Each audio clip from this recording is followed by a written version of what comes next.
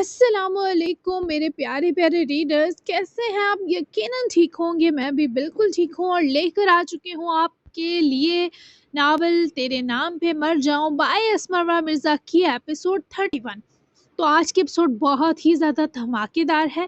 ایک بار پھر تینوں کپلز کے سین آپ کہہ سکتے ہیں اور بہت ہی زیادہ تھرلنگ اور ایکسائٹنگ ایپیسوڈ ہے، آپ کا دل دہلا دینے والی ہے اور بہت زیادہ اسپیشل بھی ہے۔ تو جلدی سے لے کر چلتی ہوں آپ کو ایپیسوڈ کی طرف۔ Let's start. کچھ لوگ ہماری زندگی کے موسم ہوتے ہیں باران، وہ چلے جائیں تو درجہ حرارت منفی ہو جاتا ہے، وہ بے وقت سو جائیں تو ٹھنڈک مزید بڑھ جاتی ہے، وہ کہیں سے بھی آ جائیں تو دھوپ میں بارش ہونے لگتی ہے، وہ دور ہو جائیں تو دل کا آسمان بے رنگ ہو جاتا ہے۔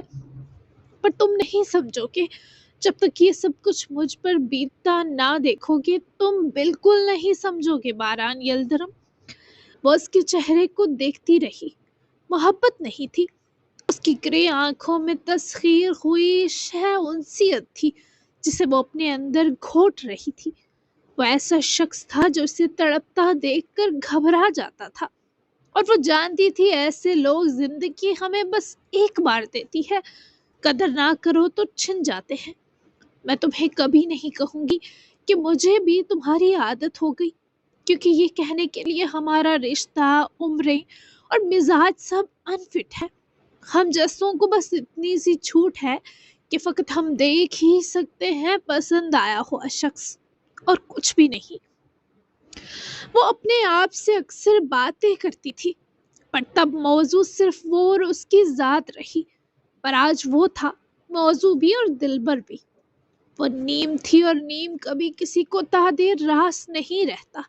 یہ نیم رنگ، کڑوا زہر رنگ جس کی کڑواہٹ اس کے جسم کے ساتھ اس کی روح میں بھی اتر گئی، اور کڑوی روحیں کبھی کسی سے محبت کا اظہار کرنے کی اجازت نہیں دیتی۔ وہ یہ بھی جانتی تھی آج کے بعد ممکن ہے اسے یہ شخص سوتا دوبارہ نہ ملے، تبھی جو دل میں تھا کہہ دیا۔ پر اب مسئلہ یہ تھا اس کی قوت برداشت کہہ رہی تھی، وہ اس کے پاس سے اٹھ نہیں سکتی۔ بیک پین کے باوجود اسے یہیں بیٹھ کر ساری رات گزارنی تھی۔ یہ پاگل پن ہی تھا، وہ اس پر بڑی جلدی اثر کر گیا تھا۔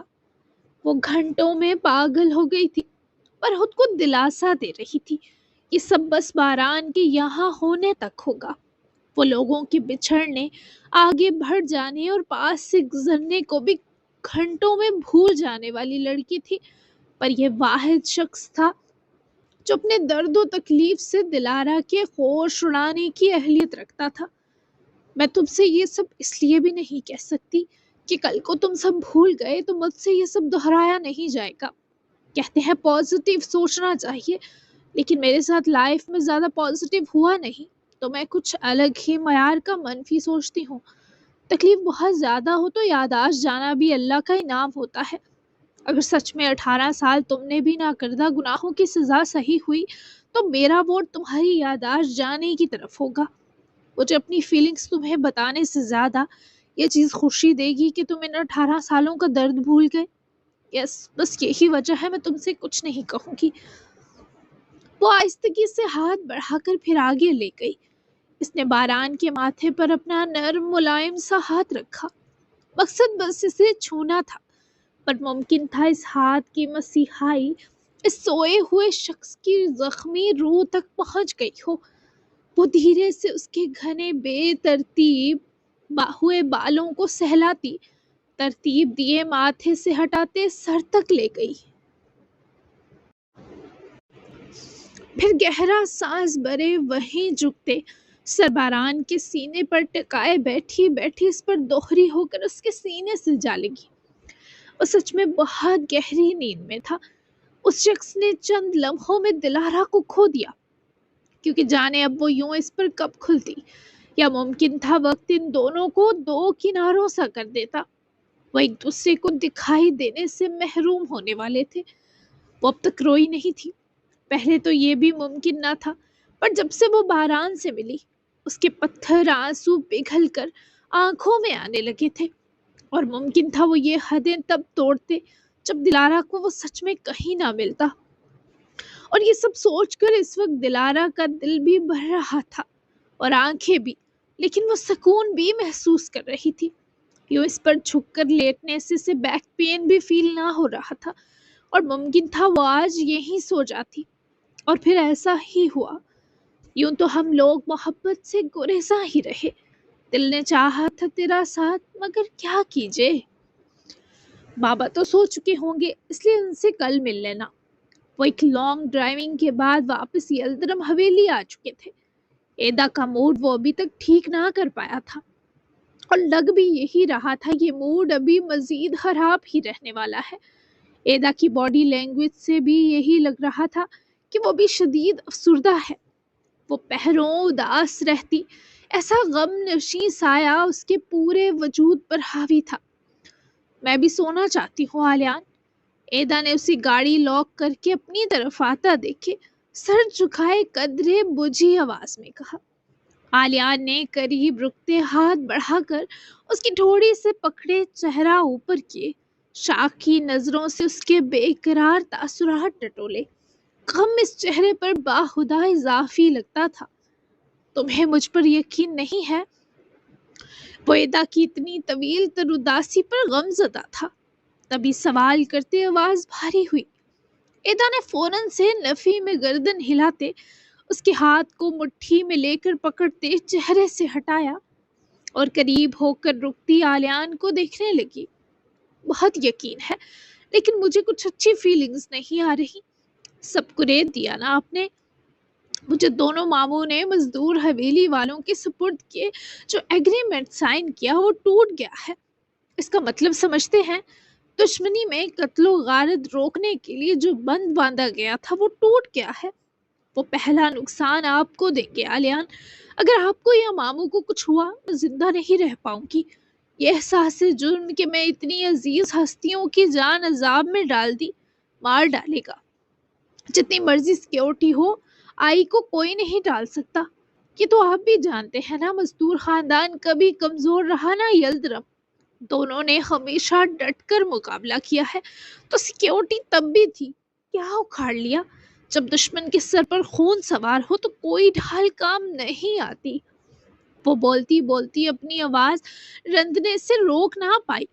آنسو کا گولا سا حلق میں مانو اٹک سا گیا تھا۔ تمہاری ڈال بہت مضبوط ہے، تم باقی فکریں چھوڑ دو ایدا، یہاں آؤ۔ وہ اسے پکڑتا دھیرے سے اپنے سینے سے لگاتا یقین دلانے لگا، پر وہ اور افسردہ ہوئی کہ یہ آدمی اس کے ڈر اور اس کے پوائنٹ سمجھ کر بھی جھٹلا رہا ہے۔ یہاں آ کر بھی تکلیف ہو رہی ہے۔ وہ گھٹے سانس سمیت بولی۔ آلیان نے اس کے ریشمی بالوں میں نرمی سے ہاتھ کی انگلیاں پھیری تو ایدا نے اپنا چہرہ اٹھائے سے دیکھا۔ وہ پریشان تھا تو ایدا کی آنکھیں چھلکنے کو بے تاب۔ آؤ اندر، یہاں ٹھنڈ ہو رہی ہے۔ وہ نظریں چراتا اسی لیے حویلی کے اندر گیا۔ وہ بھی چپ چاپ ہی تھی، سمجھ نہ آ رہا تھا کہ کیسے آلی کو سمجھائے۔ وہ اندر آئے تو خاموشی اور تاریکی دونوں ہی اضافی محسوس ہوئے۔ ایکسٹرا تمام لائٹس آف تھیں، تبھی ایدا کا دل مزید گھبرایا۔ اتنا اندھیرا کیوں ہے؟ وہ گھبرا کر آلیان کے سینے سے دور ہوئی۔ بابا سو گئے اور باران عزیز انے کی طرف ہے۔ تبھی ملازمین نے سب لائٹس آف کر دی اور خود بھی سونے چلے گئے۔ اور روم دکھاتا ہوں تمہیں، وہاں بے حد روشنی ہے۔ وہ بہت محبت سے پیش آتا ایدا کے موڈ کو بہتر کرنے کے جتن کر رہا تھا۔ وہ فرما برداری سے اس کا بڑھایا ہاتھ تھامتی اس کے ساتھ چلنے لگی۔ وہ دونوں آلیان کے روم کے باہر آ کر رکے۔ آلیان کے رویے کی نرمی اس کے دل کو سنبھلنے کی قوت دے رہی تھی، تو اس کی اداس آنکھیں ایدا کے دل کی دھڑکنیں براہ راست بڑھا رہی تھی۔ عجیب سی کشمکش میں پھنسی ہوئی ایدا، جس کے گلابی رخسار دہک رہے تھے۔ میرے روم میں رہنا ہے یا الگ سے؟ وہ ایدا کی مختلف ملی جلی کیفیات پرکھنے کے بعد ملائم سی سرگوشی میں بولا تو وہ بوکھلا کر اس کا ہاتھ چھڑواتی بنا کوئی جواب دیے ڈور کھولے اندر چلی گئی۔ اس کی یہ حرکت آلیان کی آنکھوں میں شوخی بھر گئی۔ اس لڑکی نے ڈھنکے کی چوٹ پر اس کے کمرے میں قدم رکھ کر بتایا تھا کہ وہ اس پر حاکم ہے، بس وہی ہے جو آلیان یلترم پر فی الحال حق رکھتی ہے۔ بہت خوبصورت روم ہے آپ کا، تھینک گاڈ ٹیرس بھی ہے۔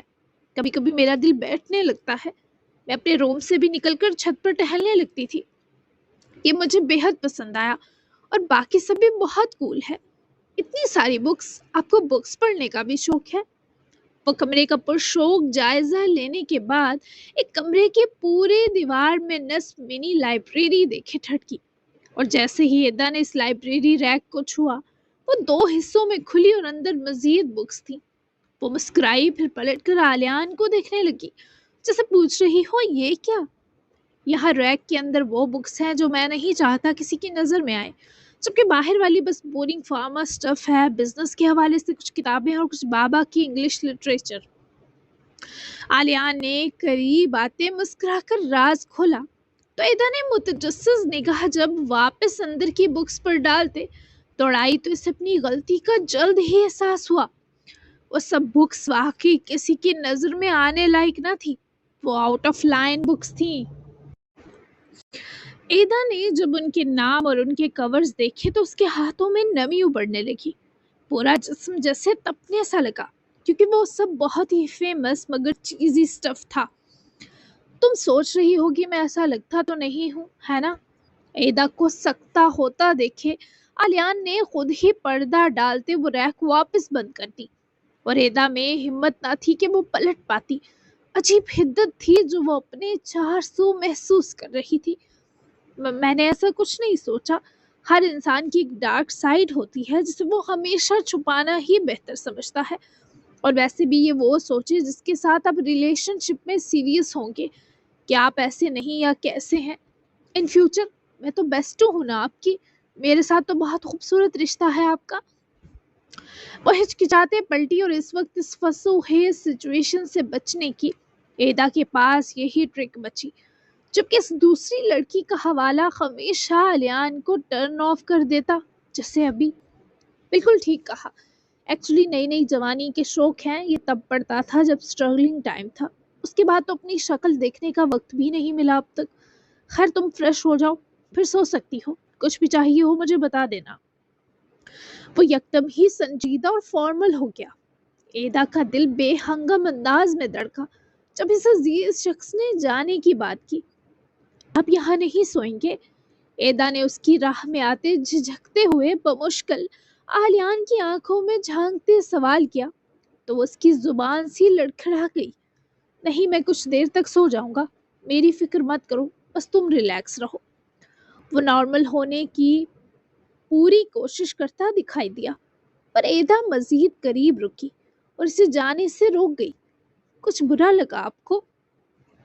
وہ منمنا سا گئی، لہجے میں اندیشے پنہا محسوس ہوئے، جبکہ آلیان نے کچھ دیر اسے بنا آنکھیں اس سے ہٹائے دیکھا۔ مجھے نہیں لگتا میں اپنی بیسٹ فرینڈ کو کبھی چھوڑ پاؤں گا۔ آلیان کا جواب ایدا کو آنکھیں پھیلا کر دیکھنے پر مجبور کر گیا۔ ہیں تو سیکنڈ میرج کریں گی کیا؟ وہ بے اختیار بڑبڑائی، پر آلیان کی ذرا برہم نظروں سے سمجھ گئی کچھ بکواس کر بیٹھی ہے، فوری نظریں جھکا گئی۔ آرام کرو۔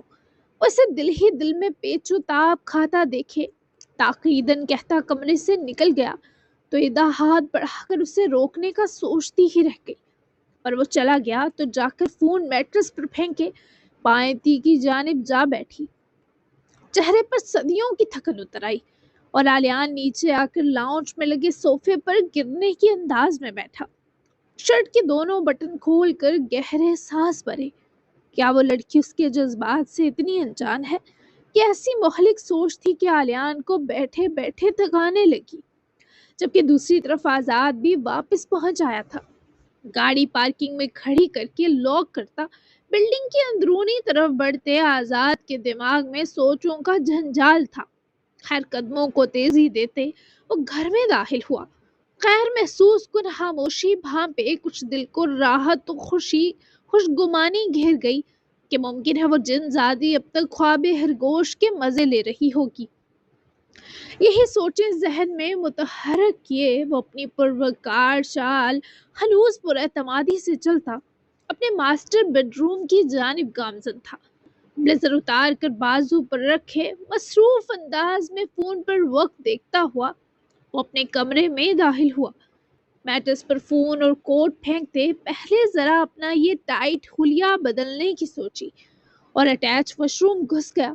لگ بھگ 10 منٹ گزرنے کے بعد وہ ٹاول سے چہرہ اور ہاتھ رگڑے سے ہینگ کرتا ٹراؤزر اور ڈیلی سی شرٹ میں بالوں کو ہاتھ پھیر کر بٹھاتا باہر نکلا ہی کہ دروازے میں کھڑی ہاندے کو دیکھ کر آزاد کے چہرے پر ٹھٹک جانے والے تاثرات امڑ آئے۔ وہ بھی دروازے میں کھڑی سینے پر ہاتھ لپیٹے گہری متجسس نگاہوں سے آزاد یلدرم کو دیکھ رہی تھی۔ آ گئے اہم مشن پورا کیے۔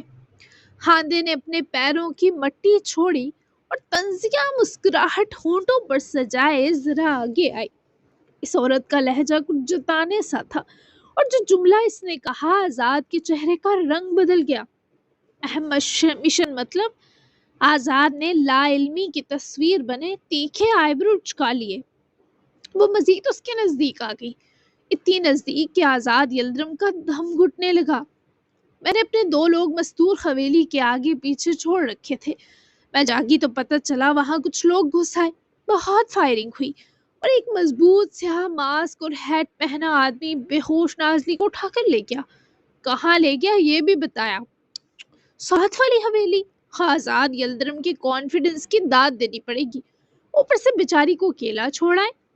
اس سے پہلے ہاندے مسکرا کر بات پوری کرتی، آزاد نے سخت وحشی پن دکھاتے اس کی گردن اپنے مضبوط ہاتھ میں لیتے یوں دبائی کہ ہاندے کا سانس تھمنے پر ہاندے کراہنے لگی اور آزاد کے سینے پر مکے برسا کر بن پانی مچھلی تڑپنے سسکنے لگی، پر آزاد کی گرفت میں نرمی نہ آئی۔ تم میری سوچ سے کہیں درجے بڑی گھٹیا چیز نکلی۔ اپنے لوگوں کو کہہ دو اگر نازلی کو آنچ بھی آئی میں تمہارے ٹکڑے کر دوں گا۔ ابھی کال کرو انہیں ورنہ آج تم دوسرا سانس نہیں لے پاؤ گی۔ آزاد نے اس کی گردن ذرا ڈھیلی کی، پر ہاندے ایک پاگل اور سائیکو عورت تھی، اس وقت بھی ہنس دی، جبکہ آزاد کا دل مانو سکڑ کر رہ گیا۔ نازلی تک ہاندے کے لوگ پہنچ گئے تو وہ کیا کرے گا؟ اس وقت ہاندے کا قتل کرنے پر وہ جسے مجبور محسوس ہوا اور وہ پاگلوں کی طرح ہنس رہی تھی۔ وہ مرے گی اب۔ مجھے موت سے مت ڈراؤ آزاد، میری موت ایمر سے ملاقات کی خوشی بنے گی، لیکن جاتے جاتے میں ایمر کی موت بننے والے شخص سے اس کی ہر سانس چھین لوں گی۔ بس کچھ دیر پھر وہ حویلی تمہاری نازلی سمیت راکھ کا ڈھیر بن جائے گی۔ ہاندے کے الفاظ آزاد کے دماغ پر مانو کوڑوں کی طرح برسے۔ ابھی تک وہ آدمی بھی فون لے کر نازلی تک نہیں پہنچا تھا کہ آزاد اسے خبردار کر پاتا۔ ہاندے کی وحشیانہ ہنسی آزاد کا دماغ معاف کرنے لگی۔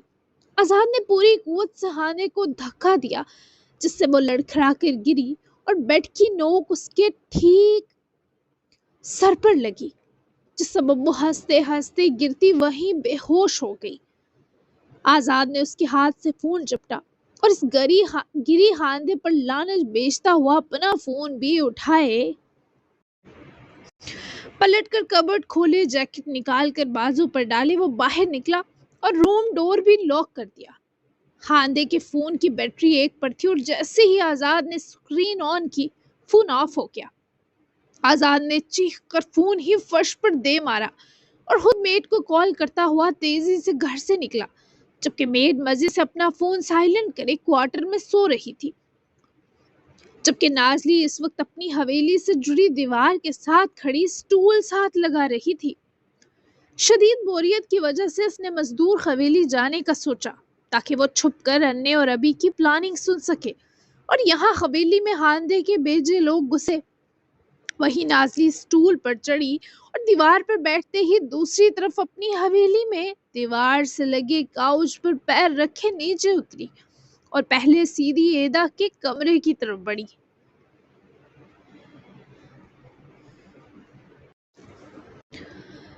کمرہ بکھرا دیکھ کر ایک بار تو نازلی نے اپنے دل پر ہاتھ رکھا،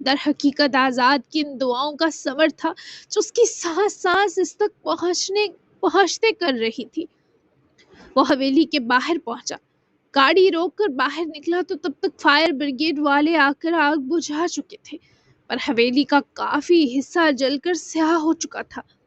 لکڑی کے انٹیریئر فوراً آگ پکڑ چکا تھا، دروازے جل گئے تھے اور یہاں تک کہ میڑ جل کر مر چکی تھی، اور اس پر قیامت کے نازلی کے ہونے کا کہیں کوئی سراغ نہ ملا۔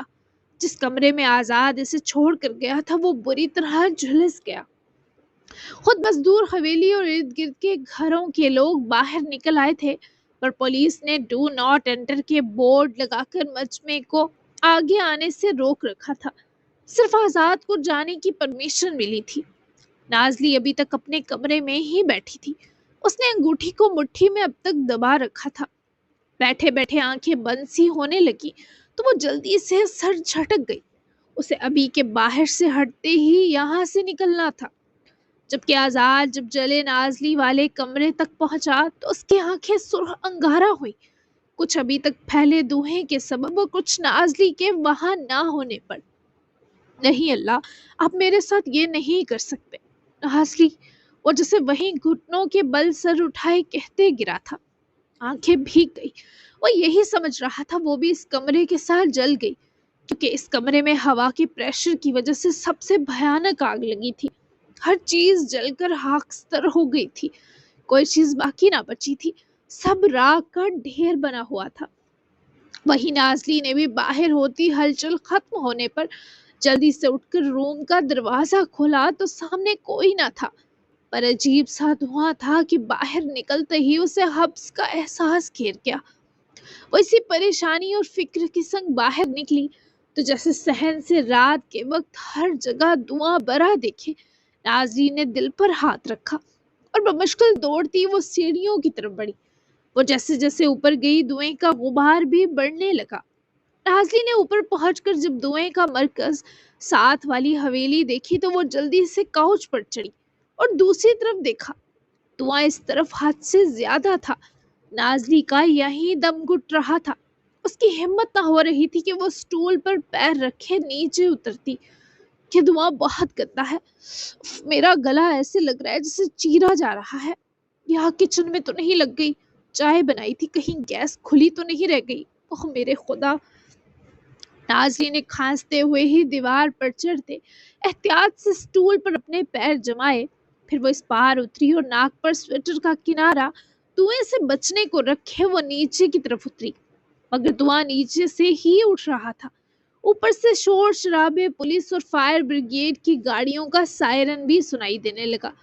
نازلی جیسے جیسے نچلے پورشن کی طرف آئی، ہر طرف جلے بجھے گھر کو دیکھتی اس کی آنکھوں میں سرخی اور نمی ساتھ اترنے لگی۔ چند منٹوں میں اتنی خوبصورت حویلی سیاہی کا اور دھوئیں کا کھنڈر بن گئی، جبکہ نازلی باہر اس ڈر سے بھی نہ آ رہی تھی کہ کوئی اسے دیکھ نہ لے۔ اگر نیبرز میں آگ لگی تھی تو شرطیہ برہان مزدور اور ان کے لوگ بھی باہر کے مجمع میں ہوتے، اور تبھی نازلی نے کونا چنا اور کن اکھیوں سے وہ باہر کی ہلچل دیکھنے لگی، اور تبھی ایمبولینس والے ایک جلی سی لاش اٹھاتے باہر نکلے۔ نازلی کی چیخ نکلتے نکلتے رہ گئی۔ کیا وہ مر گئی؟ میرے خدا یہ کیا ہو گیا؟ میرے پاس تو فون بھی نہیں، آزاد کو کیسے بتاؤں؟ اسے پتا ہوگا کہ سب لوگ یہاں ہیں، اسے پتا ہوگا مجھے باہر نکلنا چاہیے یا نہیں۔